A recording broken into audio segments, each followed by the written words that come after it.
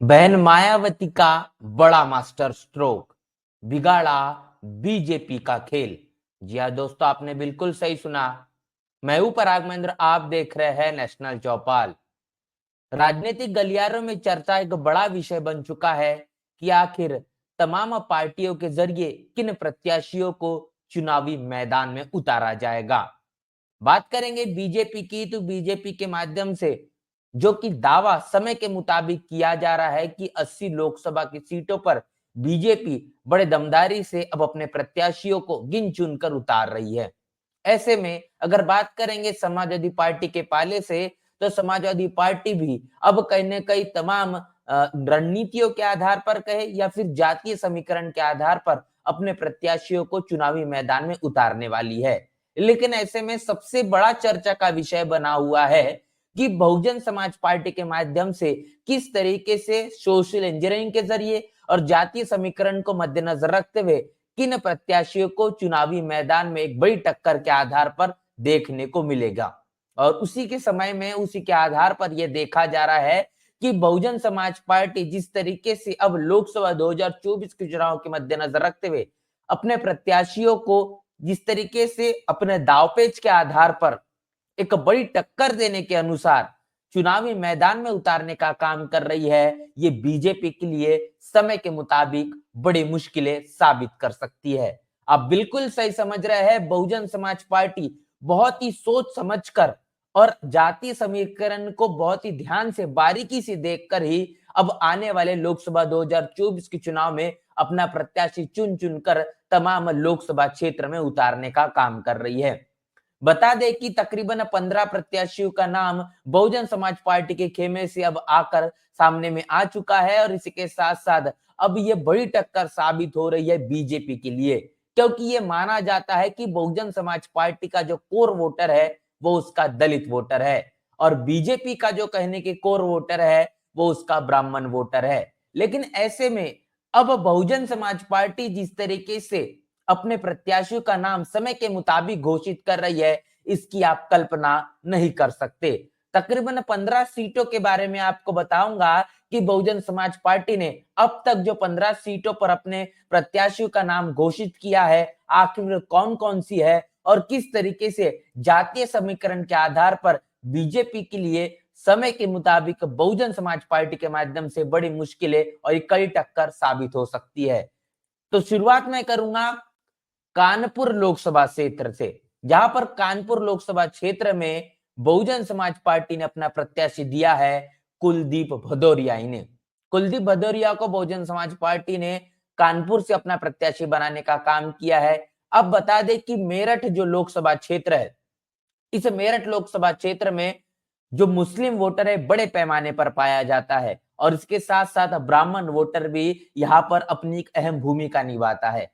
लेकिन अमूमन देखा जाता है कि यहाँ पर मुस्लिम कहने के प्रत्याशी को उतारने का काम किया जाता है, लेकिन यहाँ पर एक बड़ा कहने के चाल चलने का ये कहे या फिर एक रणनीति के आधार पर बहुजन समाज पार्टी ने यहाँ पर देवव्रत त्यागी, जो त्यागी समाज से आते हैं, इनको कहने के अपना प्रत्याशी बनाया है। तो आप समझ पा रहे हैं कि बहुजन समाज पार्टी ने कितने सोच समझकर अपने प्रत्याशी को इस चुनावी मैदान में उतारा है। इसके साथ साथ बागपत लोकसभा सीट जो है, बागपत लोकसभा सीट से बहुजन समाज पार्टी ने प्रवीण कुमार बसेला इन्हें अपना प्रत्याशी बनाया है। अकबरपुर विधानसभा की लोकसभा की बात का, अकबरपुर लोकसभा क्षेत्र से भी हमेशा देखा जाता है कि यहाँ से मुस्लिम कैंडिडेट को बहुजन समाज पार्टी या तमाम राजनीतिक पार्टियां कहने की चुनावी मैदान आती है, खासतौर पर समाजवादी पार्टी। यहाँ पर अकबरपुर लोकसभा क्षेत्र से बहुजन समाज पार्टी ने फिर एक बार अपने रणनीतियों को बदलने का काम किया और यहाँ पर राजेश त्रिवेदी जो ब्राह्मण समाज से आते हैं, इनको कहने के अपना प्रत्याशी घोषित किया है। अकबरपुर से राजेश त्रिवेदी ये बहुजन समाज पार्टी के प्रत्याशी होंगे। इसके साथ साथ बता दूं कि पीलीभीत से बहुजन समाज पार्टी ने मुस्लिम कैंडिडेट को चुनावी मैदान में उतारा है, जहां पर अनीश अहमद खान इन्हें अपना प्रत्याशी बनाया है। मुरादाबाद सीट की बात करूंगा, मुरादाबाद सीट से इरफान सैफी, लंबे समय से कहने कहीं इरफान सैफी राजनीतिक करियर में है और इरफान सैफी को मुस्लिम कैंडिडेट को यहाँ पर मुरादाबाद से बहुजन समाज पार्टी ने प्रत्याशी बनाया है। कन्नौज से अकील अहमद पट्टा को कन्नौज सीट से बहुजन समाज पार्टी ने अपना प्रत्याशी बनाया है। अमरोहा सीट पिछले लोकसभा चुनाव में बहुजन समाज पार्टी ने यहां पर जीत भी दर्ज की थी। कुंवर दानिश अली यहाँ से बहुजन समाज पार्टी के प्रत्याशी रहे, उसके बाद उन्होंने इस सीट से अपनी जीत भी दर्ज की है। और डॉक्टर मुजाहिद हुसैन, इनको बहुजन समाज पार्टी ने अपना बनाया है। तो निश्चित रूप से अमरोहा भी बहुत बहुजन समाज पार्टी के लिए अहम और ताकतवर सीट मानी जाती है, और अमरोहा से डॉक्टर मुजाहिद हुसैन ये बहुजन समाज पार्टी के प्रत्याशी होंगे। आगरा की बात करूंगा, आगरा में जो दलित बाहुल क्षेत्र है और बड़े बड़े पैमाने पर यहाँ पर दलित वोटर माना जाता है, मुस्लिम वोटर भी अहम भूमिका निभाता है। यहाँ पर बहुजन समाज पार्टी ने पूजा अमरोही इन्हें अपना प्रत्याशी बनाया है। सहारनपुर की बात करूंगा, शुरुआती दौर पर सबसे पहले जो बात निकल कर आई वो सहारनपुर की ही देखने को मिली। यहाँ पर बहुजन समाज पार्टी ने जिस तरीके से माजिद अली इनको अपना प्रत्याशी बनाने का किया है। और मुजफ्फरनगर से दारा सिंह प्रजापति, तो आप देखिए कि दारा सिंह प्रजापति जो है इनको बहुजन समाज पार्टी ने अपना प्रत्याशी बनाया है। इसके साथ साथ बिजनौर लोकसभा, इस लोकसभा के बारे में आप थोड़ा सा ध्यान से समझिएगा कि बिजनौर लोकसभा क्षेत्र से जिस तरीके से बीते लोकसभा के चुनाव की बात करूंगा, तो बीते लोकसभा में मल्लूक नागर इनको बहुजन समाज पार्टी ने अपना प्रत्याशी बनाया था, और मल्लूक नागर इन्होंने इस चुनाव को बड़े मजबूती से जीतने का काम किया। मुस्लिम कैंडिडेट रहे मल्लूक नागर, और बाद में जिस तरीके से समय के मुताबिक मल्लूक नागर ने इस सीट को जीतने का काम किया, अब इस सीट से चौधरी विजेंद्र सिंह इनको बहुजन समाज पार्टी ने अपना प्रत्याशी बनाया है। मल्लूक नागर के माध्यम से लगातार अनेकों प्रकार से बयानबाजी बहुजन समाज पार्टी के माध्यम से देखी गई, और एक मजबूत vote bank Bahujan Samaj party का यहाँ से देखने को मिलता है। तो जिस तरीके से जो जाट कैंडिडेट को उतारने का काम बहुजन समाज पार्टी ने बिजनौर लोकसभा सीट से किया है, इससे कहने की अब बड़ी मुश्किलें भाजपा के लिए बनी हुई है। अयोध्या लोकसभा सीट बहुत ही आश्चर्यजनक है यहाँ पर, कि ये देखा जाता है कि बहुजन समाज पार्टी का जो कैडर वोटर है या फिर दलित वोटर है, इसको कहने के निश्चित रूप से कैडर वोटर दलित वोटर को बनाया जाता है, प्रत्याशी बनाया जाता है। लेकिन यहाँ पर एक बड़ा यहाँ पर बहुजन समाज पार्टी ने खेला है, जहां पर अयोध्या से सचिदानंद पांडे उर्फ सचिन, इनको बहुजन समाज पार्टी ने अपना प्रत्याशी बनाया है। उन्नाव लोकसभा की बात करूंगा तो उन्नाव लोकसभा से भी अशोक पांडे ब्राह्मण कैंडिडेट को बहुजन समाज पार्टी ने यहाँ पर अपना प्रत्याशी बनाया है। तो अभी तक मैंने आपको बताया तकरीबन 14 लोकसभा सीटों के बारे में, जहां पर किस तरीके से 14 की 14 लोकसभा सीटों पर तमाम आपने जातीय समीकरण के आधार पर जो अपने प्रत्याशी घोषित करने का काम बहुजन समाज पार्टी ने किया है। और 15वीं लोकसभा सीट के बारे में बात करूंगा तो 15 वो है गिरीश चंद्र जाटव। इनका ये नाम आपने निश्चित रूप से सुना होगा।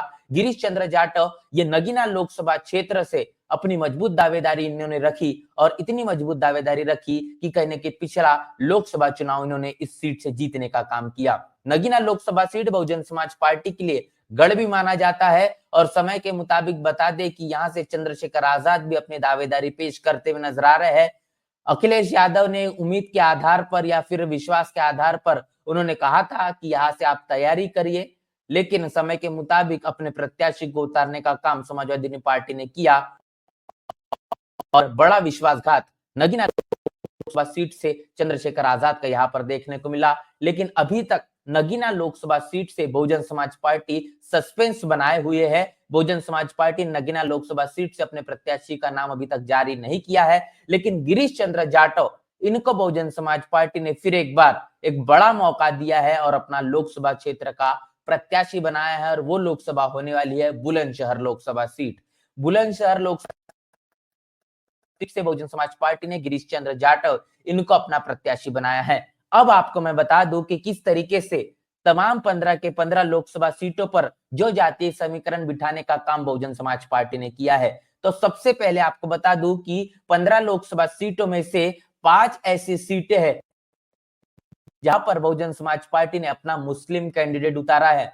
बड़ी भूमिका है, क्योंकि जो ऑक्सीजन की बात करूंगा तो वो ऑक्सीजन मुस्लिम वोटर जो है वो समाजवादी पार्टी के लिए है, क्योंकि 90 से 95% जो वोट बैंक है वो मुस्लिम समाज का वो समाजवादी पार्टी के साथ में बरकरार रहता है। लेकिन तकरीबन 2022 से लोकसभा 22 से लेकर तो विधानसभा का चुनाव, उसके बाद मेयर का चुनाव, राज्यसभा का चुनाव, ये तमाम तरीके से चुनाव में भागीदारी के आधार पर पीडीए का बड़ा नारा लेकर सिर्फ और सिर्फ मुस्लिम समाज को अनेकों जगहों पर दरकिनार करना, खफा करना, उनको नाराजगी उसके साथ में बरकरार रखना और भागीदारी के आधार पर सिर्फ और सिर्फ उनकी बात न करते हुए अनेकों प्रकार से कहने की सिर्फ उनका इस्तेमाल करना, ये तमाम बातों से मुस्लिम समाज बखूबी अब जानकार हो चुका है, पता हो चुका है। अब मुस्लिम समाज समाजवादी पार्टी के गफलत में अखिलेश यादव के इस पूरे के पूरे षड्यंत्र वाला नहीं है।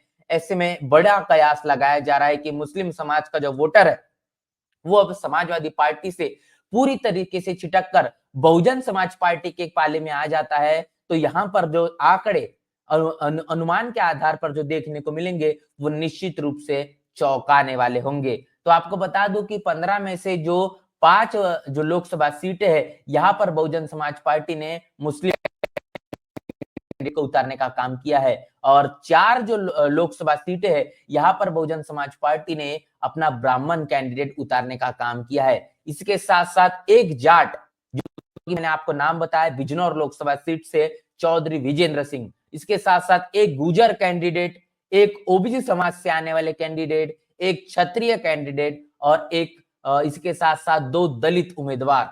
तो ये तमाम 15 सीटों का ब्यौरा है, जहां पर आप समझिए फिर एक बार कि 15 में से 5 मुस्लिम, 4 ब्राह्मण, 1 जाट, 1 गुर्जर, 1 ओबीसी, 1 क्षत्रिय और 2 दलित।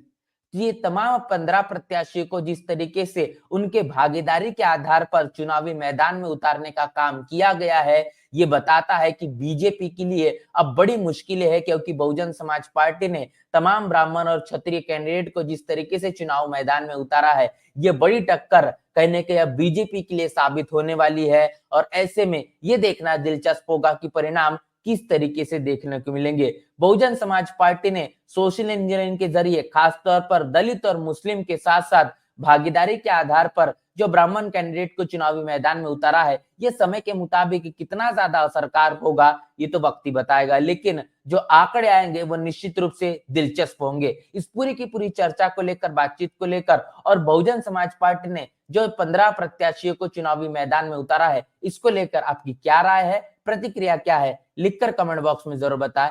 बने रहे नेशनल चौपाल के साथ, मिलते नए वीडियो में, तब तक के लिए जय भीम, जय भारत।